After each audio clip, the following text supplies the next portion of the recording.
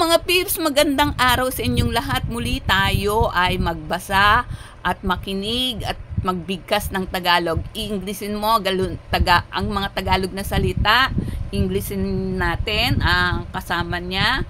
Okay? At pakinggan ninyo o basahin natin ang pagbigkas ng Tagalog. Okay? Okay? Para matuto kayo ng mga Tagalog vocabulary. Okay. Inglesin mo. Inglesin mo. Tagalog, English. Magdamag, magdamag. Overnight, sa makatuwid, therefore.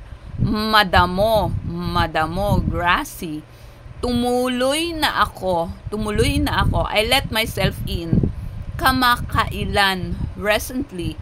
Pagsasalin, translation.